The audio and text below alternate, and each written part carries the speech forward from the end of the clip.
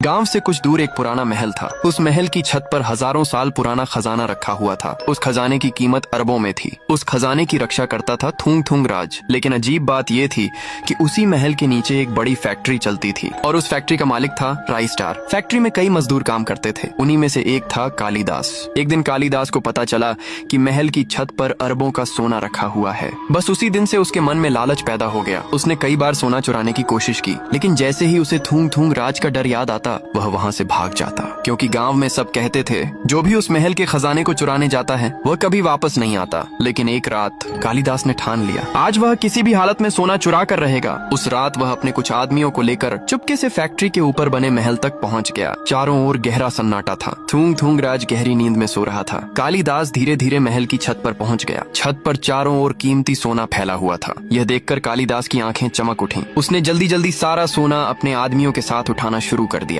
कुछ ही देर में उन्होंने छत पर रखा सारा सोना उठा लिया। फिर वे रात के अंधेरे में वहाँ से भाग गए और उस सोने को एक गुप्त गुफा में छुपा दिया। अगली सुबह जैसे ही थुंग थुंग राज की नींद खुली वह महल की छत पर गया, लेकिन वहाँ का नजारा देखकर वह हैरान रह गया। छत पर रखा सारा सोना गायब था। उसकी आंखें गुस्से से लाल हो गईं। वह जोर से गरजा, राइस्टार, मैं तुझे नहीं छोड़ूंगा। इधर राइस्टार को भी सोना चोरी होने की खबर मिल गई। वह भी हैरान था। उसे समझ नहीं आ रहा था कि इतनी बड़ी चोरी आखिर किसने की। उसी रात थुंग थुंग राज अपनी रहस्यमयी शक्ति से पिछली रात की सच्चाई देखने लगा। कुछ ही पल बाद उसे सच्चाई पता चल गई। उसने गुस्से से कहा, कालिदास, अब तू मुझसे नहीं बचेगा। अब आगे क्या होगा? क्या थुंग थुंग राज कालिदास को पकड़ पाएगा और क्या वह अपना अरबों का सोना वापस ले पाएगा? इस कहानी का पार्ट 2 जल्द आने वाला।